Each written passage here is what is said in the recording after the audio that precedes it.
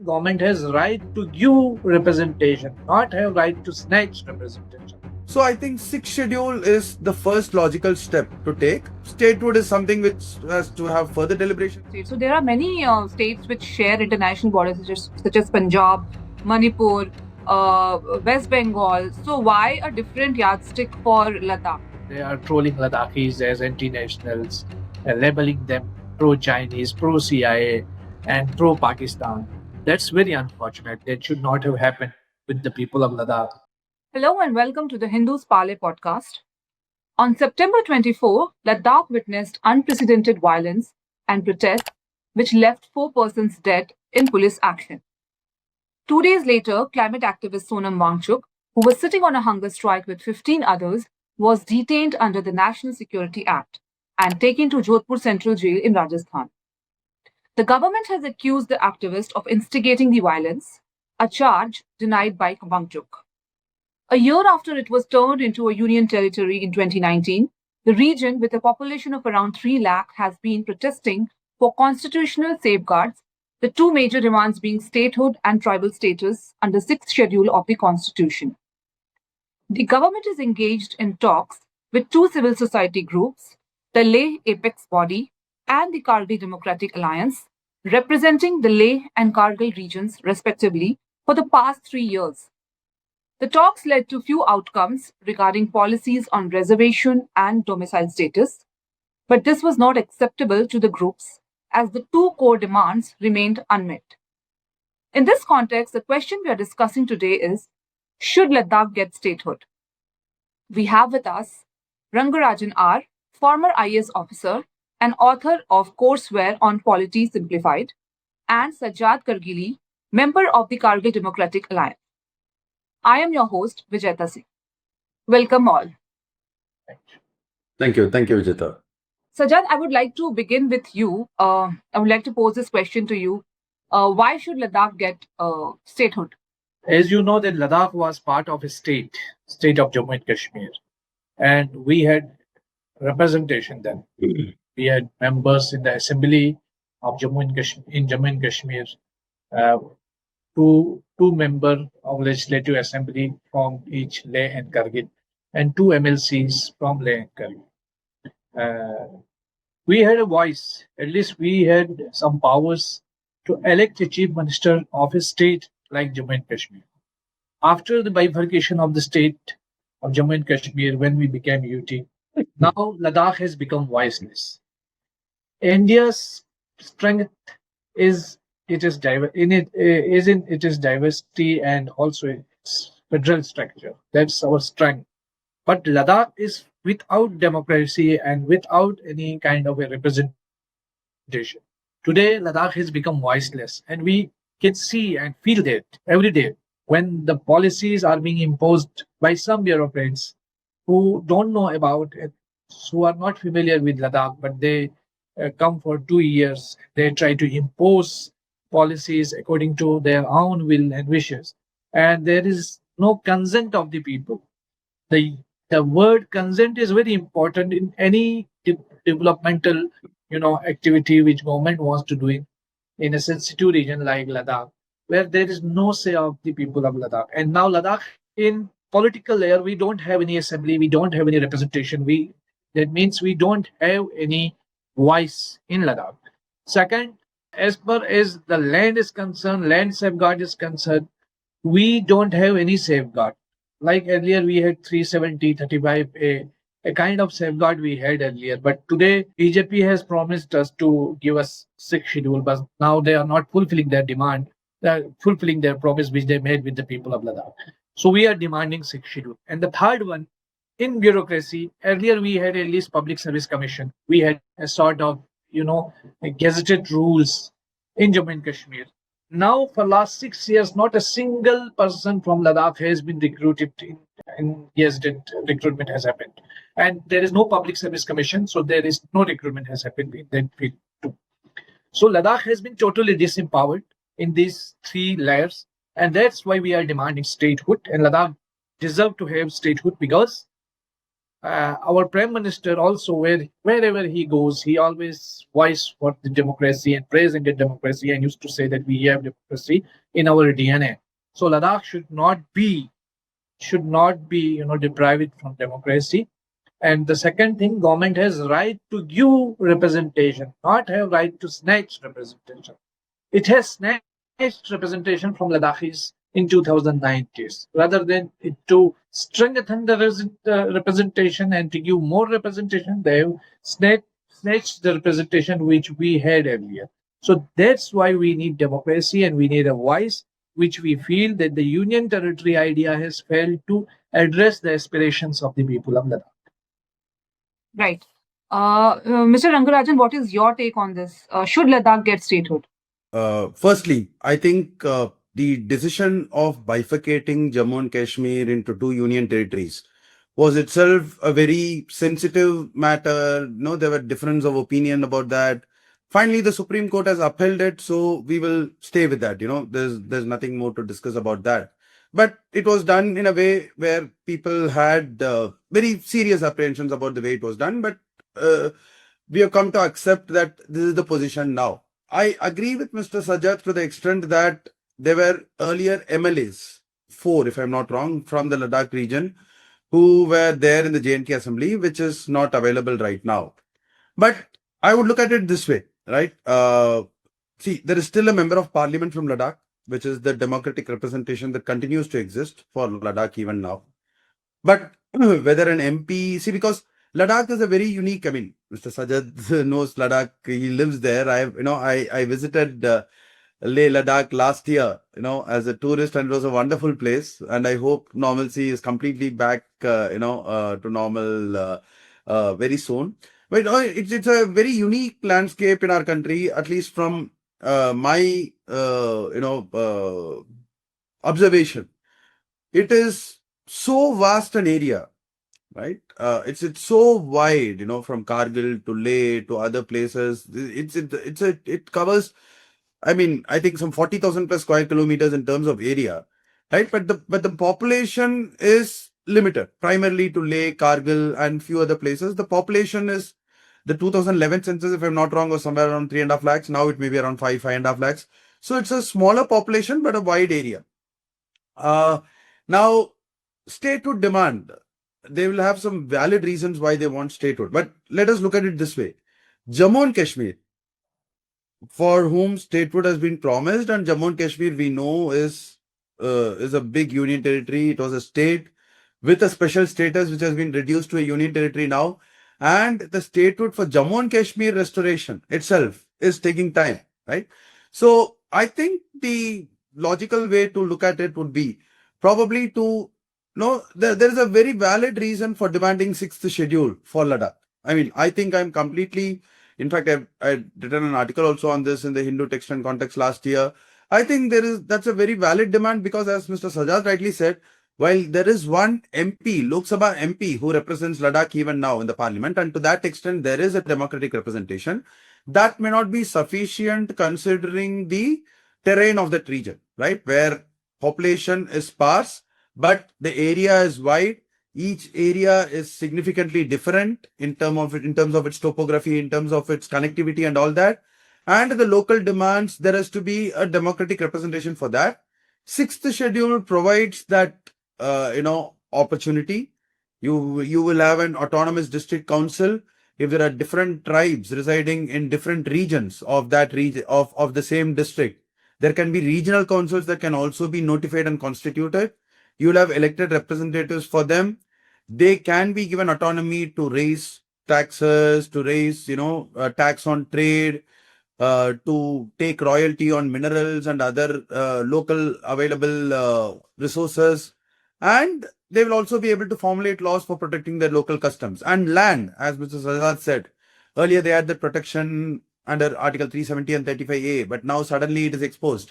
But again, the 6th schedule will bring back some protection for land. There are regulations that can be made on who can transfer land to whom and who can acquire land. So I think 6th schedule is the first logical step to take. I think statehood is something which has to have further deliberation, considering that considering the population of that region, right? That may be something which has to be taken up later, because as I told you, J&K statehood is still pending, which is even more pressing issue in my view, in the sense it has been time and again repeated. So that, and Ladakh should start with the sixth schedule status, after deliberation, because that will give them more financial power if it is properly implemented. It will give them democratic representation, and it will also give some protection for tribal rights and land related rights in that region. But Mr. Rangarajan, if you look at the past incidents, the Chinese aggression and the Chinese incursion, it happened when Ladakh became a UT. It did not happen when Ladakh was a part of JNK. And to say this, that border, it is a border state. So there are many states which share international borders, such as Punjab, Manipur, West Bengal. So why a different yardstick for Ladakh? No. I'm not even getting into the security angle of it, because even when J&K was a state, including which was Ladakh, which was part of it, it was the border areas were secured only by our army and armed forces, and it will continue to be so whether it is a union territory or a state. I mean, I don't think that is really a challenge, because you have Punjab, you have Uttarakhand, you have Sikkim. All these are full-fledged states, but there is always army presence also. I think that is not the main point here. I think statehood has, there will be various criteria on which statehood is decided.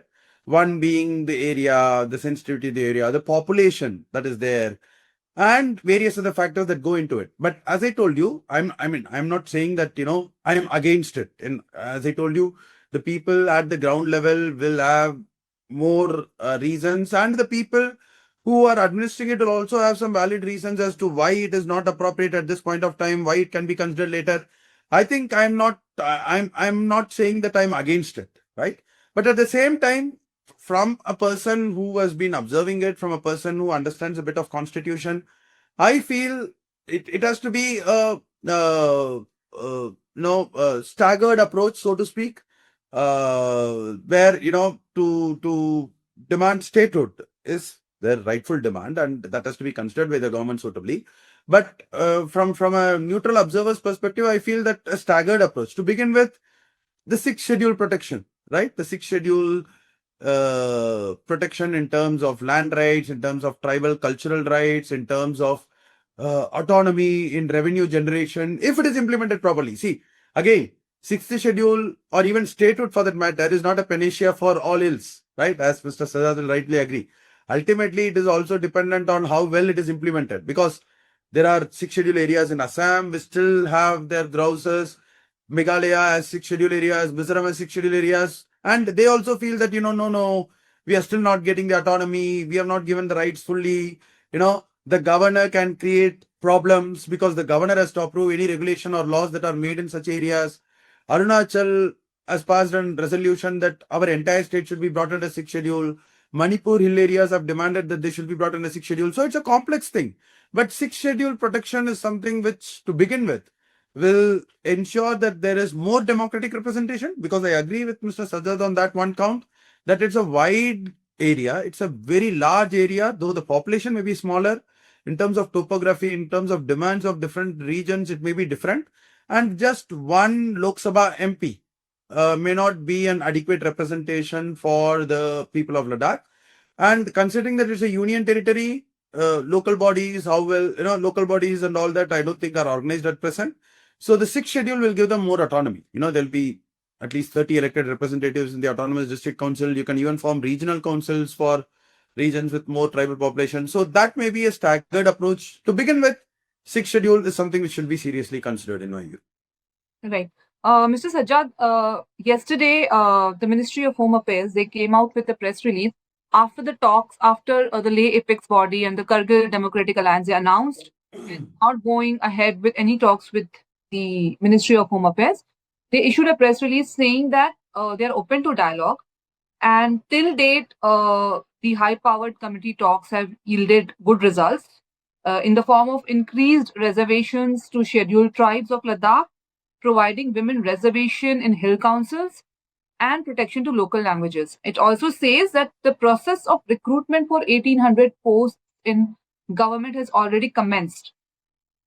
So, since you have been involved in all the dialogues with the government, how true is this government statement? And if it is true, then shouldn't you give the government adequate time, enough time for them to, keep up with their word or keep up with their promises so far?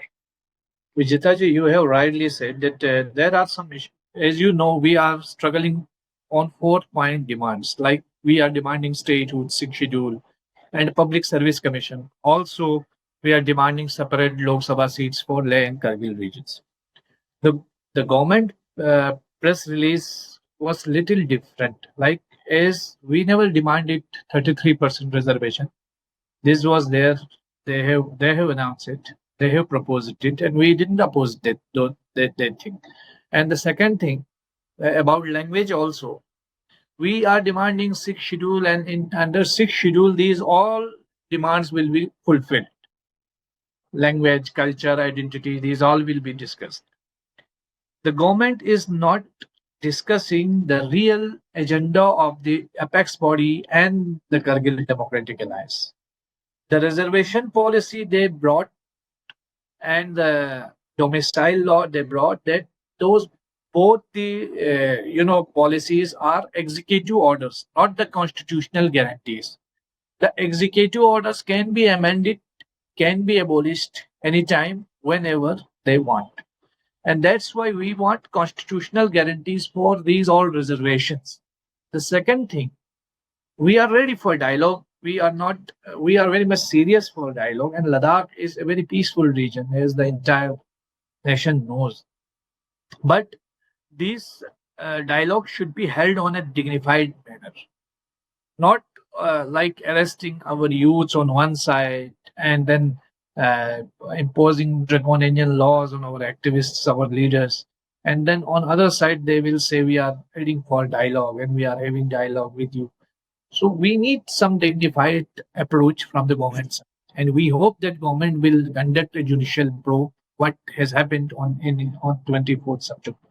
And the second thing, government will create an atmosphere for a dialogue, and we will go ahead to discuss statehood and sixth schedule. These all demands which we are demanding for so long time. I'm trying to. I agree most of the points which Rangarajan ji has mentioned. That Ladakh is very sensitive, and we need adequate representation in parliament too. That he has rightly said that the Ladakh is geographically it's 3 times bigger than Jammu and Kashmir, and it's very large region. And but one thing I'm not agree with that point is we should start from sixth schedule, and later on we can discuss for statehood as well. I think sixth schedule is incomplete without state, because people of Ladakh are very much, they feel betrayed and they feel voiceless under the LG administration, because LG administration is consistently they are ignoring the elected representatives. We have seen the recent killings which during this Ladakh state in 124. Till now, LG has not called a single meeting with the elected bodies. So you can understand the level of lack of absence of democracy in the region. And this Hill Council, between the Hill Council and the UT administration, they are failed to bring a business rules between the UT administration and the Hill Council. And no single gazetted post they have recruited yet. So the level of unemployment means the level of frustration among the youth have been seen. We have seen that thing during these all processes. So therefore, we think that government should come with some sensible approach. They should adopt some sensible approach, and also with wisdom they should act. People of Ladakh, because Ladakh is very sensitive region, and we have two hostile powers on the both sides. On one side there is Pakistan and China, and people of Ladakh, the history has and the And we are very patriot people. Our people are very patriotic. But today, the entire government supported lobbies and organizations and the trollers, they are trolling Ladakhis as anti-nationals, labeling them pro-Chinese, pro-CIA, and pro-Pakistan. That's very unfortunate. That should not have happened with the people of Ladakh, because we have given blood to save these frontiers, both in China side and in Pakistan side. And for statehood thing, I will say that when Sikkim was granted statehood, it was almost the same population which Ladakh have today. And the government of India has announced it 5 more districts for Ladakh recently. And some of the regions where there is only 5,000 population, 7,000 population. So I don't think that only population is the criteria. The absence of governance and absence of democracy should be a kind of criteria to grant statehood for a region. And if Ladakh will be given statehood, means the government will gain more trust from the people on the system. Now today, what the people feel, they feel betrayed, and they feel the government is trying to, they are imposing policies as their own wishes by the bureaucrats, and that's why people are feeling that they are being betrayed. So there is a need to adopt a sensible policy with wisdom and with some maturity, and people should feel that they are also part of this great nation. They should not feel betrayed. That's what I want to make my point. Right. Mr. Rangarajan, Mr. Sajjad spoke about bureaucratic apathy. So this we hear quite often in places which are governed by the central government. Since you don't have any much local representation, you end up going to the bureaucrats, and then there is, there is no incentive uh, for them to work for the public at an alarming speed. So they will take their own time, or maybe they won't just they will sit on the files. You think this could have also contributed to the frustration and the anger among the people in Ladakh, which we are seeing today? No, absolutely. So I completely agree that, if there is lack of response from the bureaucracy, that will have its own impact. And as I'll take Mr. Sajjad the data point at its face value, that since the uh, state was converted into union territory, not one or not any significant number of people have been recruited from the Ladakh region to the in the public service. So that is a very valid demand, and then that's something which needs to be addressed, right?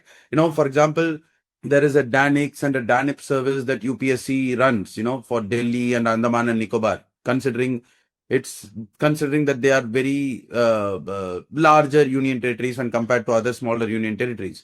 Now, Ladakh, as I told you, of course, yes, I agree that population alone cannot be a criteria, but that will be one factor. But of course, the geographical space of Ladakh is so big that maybe it calls for even creation of a separate, Class A and even Class B services for the Ladakh region, which can be done through UPSC, because for a union territory, UPSC will be the authority, and that can be a starting point. And there can be arguments for and against the statehood. It needs to be discussed, and see, from a purely practical point of view, one more thing which could weigh in on the government. I'm just making a guess here, but a significant factor which will also be considered by the government is, see, there have been these demands for statehood in various regions, like Darjeeling, Gorkhaland demanded a statehood, Bodoland in Assam demanded a statehood, and these are quite large areas with significant population, right?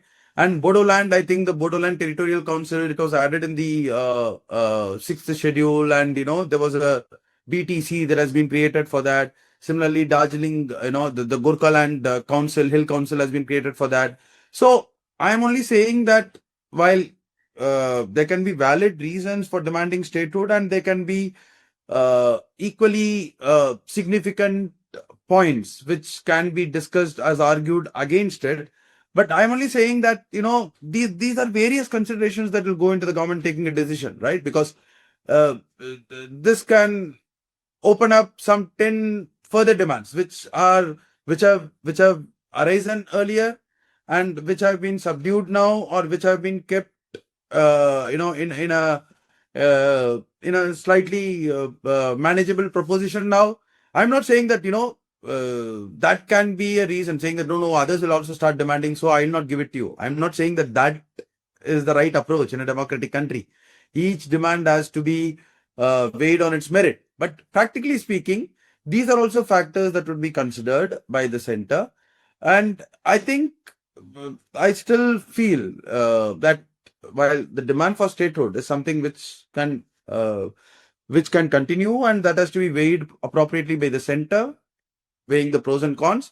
But I think the sixth schedule demand is something which can be immediately achieved. I mean, it'll require only a parliamentary law. It will not even require a constitutional amendment. It will require only, statehood also, granting statehood or taking away statehood also requires only an ordinary law. It doesn't require a constitutional amendment. But the sixth schedule demand has more weightage at this point of time, is what I can say as a neutral observer, without getting to the nitty-gritties, which the locals will know better. And maybe, that's the first step. And then you again try and negotiate for the next step, is something which is an approach which needs to be considered, in my view. Right. Mr. Sajjad, there is some merit in what Mr. Rangarajan says, that and there was a thinking also among some members of the lay apex body as well as KDA, that the autonomous councils should be strengthened more. And in the meanwhile, while the struggle for, say, statehood continues, but could you settle for more empowered autonomous councils rather than just going straight for statehood? You think it's an acceptable idea among people right now? What we have seen in past in Delhi also, our capital, where a government used to sit in front of LG office every day, just because of the interference from the LG administration in the elected government, matters of the elected government. So you can imagine if a capital, a government on the opposite side of the political party would be interfered everyday matters, and they're compelled to do protest in front of LG office almost every day, then you can imagine the government, if any opposition party will be elected in area like Ladakh, then there will be they will be failed. No one will listen their matter, right? Because LG will be the authority of among the all, he will take all decisions. That's why I don't think that the democratic space for an elected government which needs to be given will be like I was talking with I heard Umar Abdullah Sahib. He was saying that I request people of Ladakh, they should demand statehood, not UT with legislature. And UT with legislature is worse than UT without legislature. This is what he was saying. And recently I met Sanjay Singh ji, Aam Aadmi Party leader, and I was asking about the UT with legislature. And he was very unhappy. He was saying that the UT with legislature is one of the worst system idea, because where there we can only go for conflict with the LG administration, because the clash of interest will always remain between the elected body and the appointed by the center representative of which center appoints. So therefore, there is a need to have an elected body with statehood, with proper representation, and they should have a sort of power in the system. Today we have hill councils, 2 hill councils. In the act, it has been mentioned that the chief executive councillor will have the power and protocol of a cabinet minister of any state, and 4 executive councillors, they would have the power and protocol of a minister of state of any state. But in Ladakh, there is no business rule has been defined. That's why a CEC, a chairman, is compelled to visit chief secretary's office, or every work, government gives 5,000, 6,000 crore rupees every year to Ladakh, our Ladakh's budget. But only 600 crore rupees for the Ladakh's two councils. So you can see how small chunk of fund we get from the center, and the large amount, almost 80% of amount, it used by the bureaucrats through LG administration. So there is, a clash of interest, also a dissent among the elected representatives. They are also fed up. Even BJP leaders from Ladakh in the Hill Council, they also accused the LG administration multiple times, and you have also seen those things. They have protested in front of LG office. So we don't want to see any kind of confrontation in future also in the system, because this system has failed and we don't want to see more kind of a thing. So if government will give, like, they will grant statehood, they will grant legislature with statehood, and people will get opportunity to frame policies for their own and in the work in the interest of the people, and there will be no dissent at all. Otherwise, I think in this, under this LG administration, people were not much unhappy as they are today. Earlier, during this Jammu and Kashmir government system, they were unhappy with some administrative issues, but we have not seen such protests and some such agitations before in Ladakh. We have not seen Pad Yatra from Leh to Delhi, and what we are going to see these days, and we see that the people are very much, they are upset with and unhappy with this system. So there is a need of reform, and the government should revisit on their own policy and take people's consent as well, and to start deliberation and act little with empathy. They should act with the people. Right, Mr. Rangarajan, this brings forth an important point about concentration of power with the union government. And as the constitution says, India is a union of states. But more and more opposition, particularly opposition ruled states, they are complaining that funds are not being released. And even in union territories, we have seen that how bureaucrats are concentrating. They are the sole decision making bodies, and which leaves very little leverage with the common people. So, are there any constitutional provisions to stop this kind of, say, one-upmanship by the center? No, so, our constitution, I think, has a unitary bias where the union does have more powers when compared to the states. You can argue for it depending on which side of the spectrum you are in, and you can argue against it. But federalism is a basic structure as held by the Supreme Court, and it has to be upheld. But forget the issue with the states, because that's a separate debate in itself. But as Mr. Sajad said, if it's a union territory, even with the legislature, of course, for a union territory, the parliament has an overriding legislative power on all the lists, right? So even for union territories with the legislature, like Delhi, J&K and Puducherry, while Delhi has some exceptions of land, police and public order, J&K has an exception of police and public order, which has to be managed by the center. But on any subject at any point of time, the parliament can legislate, and that will override any union territory legislation.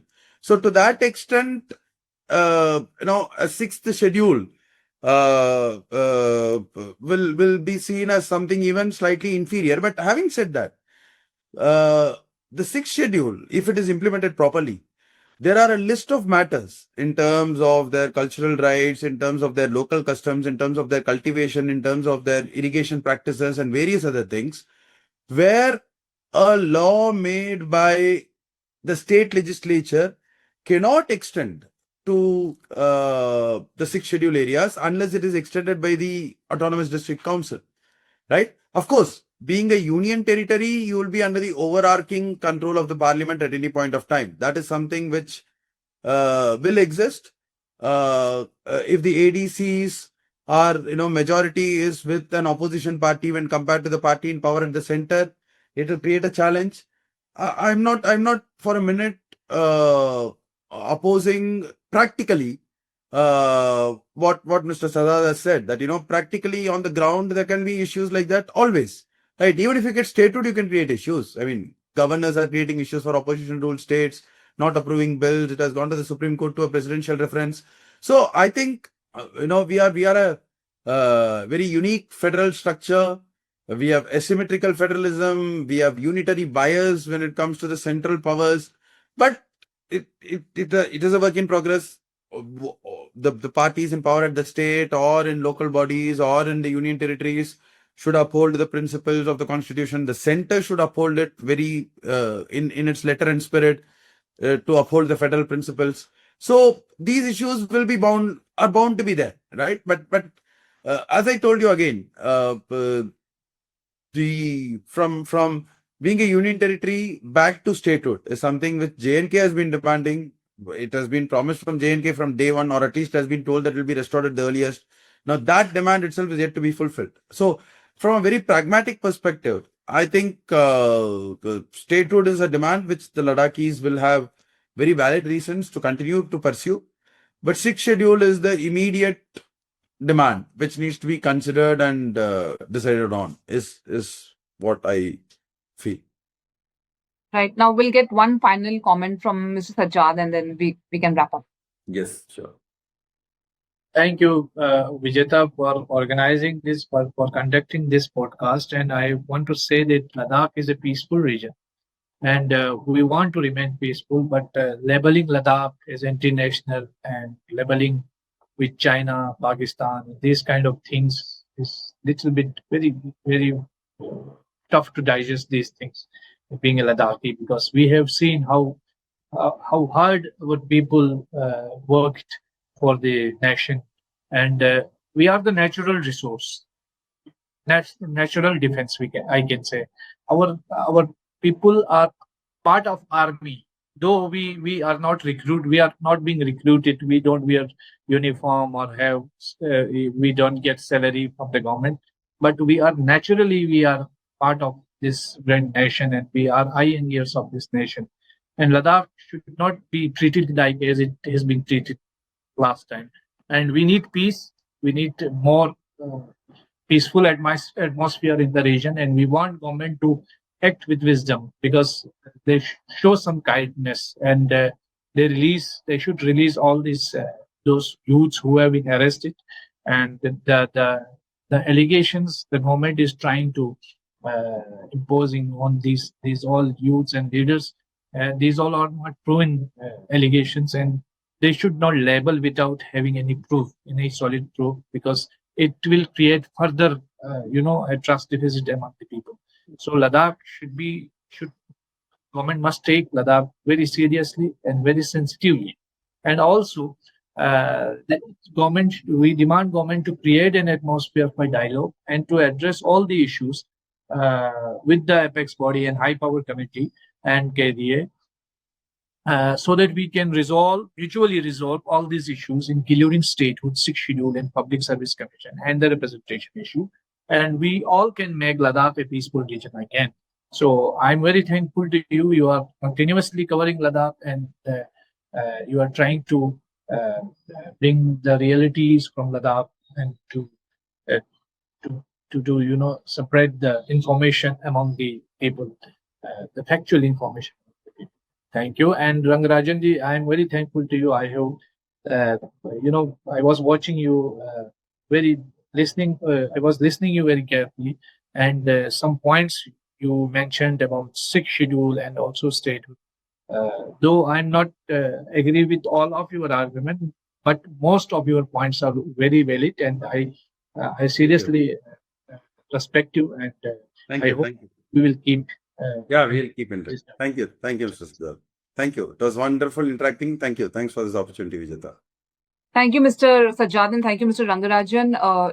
We at the Hindu, we try to break complex stories for you in very simple format, so that people understand and people get informed of what is going on in the country. Thank you so much for joining us, and thank you so much for tuning.